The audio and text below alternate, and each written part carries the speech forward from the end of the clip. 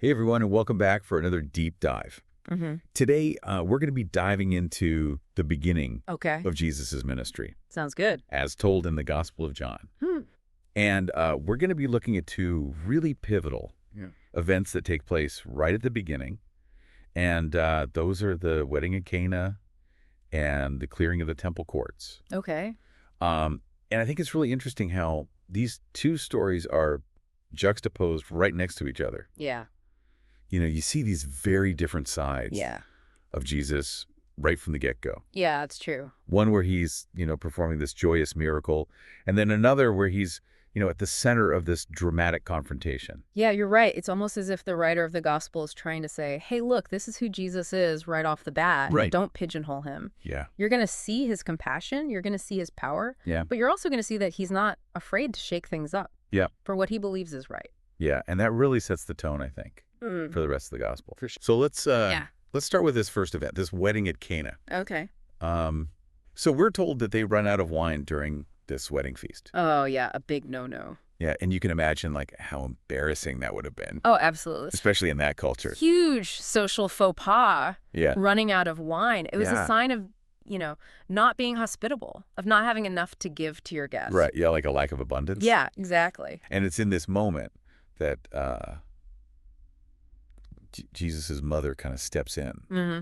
And she sees this problem, and she very subtly kind of nudges Jesus to do something about it. Interesting, right? Yeah, and it's interesting to me how she doesn't, demand that he do anything or command him. She just kind of presents the situation to him. Yeah, almost like she knows what he's capable of, but she's leaving the decision in his hands. Right. And what Jesus does next, I think, is really incredible. He instructs these servants to fill these 6 massive stone jars with water. And these jars were typically used for ceremonial washing, so we're talking 20 to 30 gallons each. Wow, that's a lot of water. Yeah.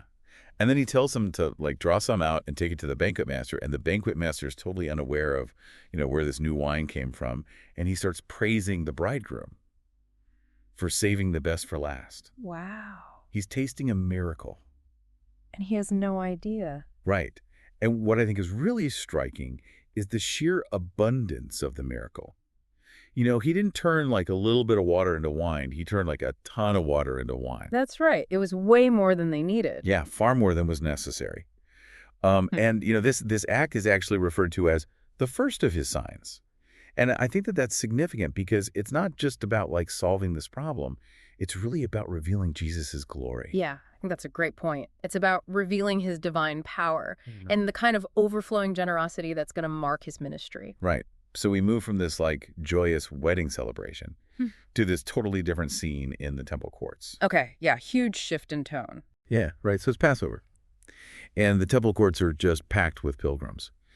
But instead of being this place of prayer and reflection, it's become this marketplace with people buying and selling animals for sacrifice and exchanging money. It's like they've turned the temple into a bazaar. Yeah. And Jesus is not okay with this. Yeah? And he doesn't just voice his disapproval, he takes action.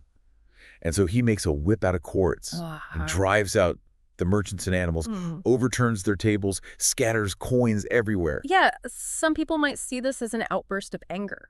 But it's important to remember that Jesus had this intense devotion to the sanctity of the temple. Right. This wasn't just about money. This was about a place that was supposed to be set apart for God. Right. Yeah, he saw what was happening as a desecration, Exactly. a violation of something sacred. And so when the Jewish authorities challenge him and they demand a sign to prove his authority, Jesus gives them this very cryptic response. He says, "Destroy this temple and I will raise it again in 3 days." Wow, talk about a cliffhanger. Yeah. And on the surface, it seems like he's talking about the physical temple building. But he's actually hinting at something much deeper, his own death and resurrection. Yeah. It's like he's saying that true worship isn't going to be confined to this building, but it's going to be redefined through him. I think you're right on the money with that interpretation. Yeah. And it's interesting to see how people are reacting to Jesus at this point, because some people are starting to believe in him based on the signs they've seen, but others are still skeptical or even distrustful. And what's striking to me is that even though he's gaining followers, Jesus himself doesn't seem to blindly trust everyone who comes to him. There's this sense of caution there. He understands that Not everyone is going to have pure motives. Yeah, I think that's a really important point to remember. Jesus was fully human. He understood the complexities of human nature. Right. So we've seen these two very different events. The very beginning of Jesus' ministry, one that highlights his compassion and power, and another that highlights his commitment to truth. And I think these stories really set the stage for what's to come, I think you're right. a ministry that's marked by both love and conflict. And I think it leaves us with a question. What other insights can we glean from these early glimpses into the life and mission of Jesus? That's a great question.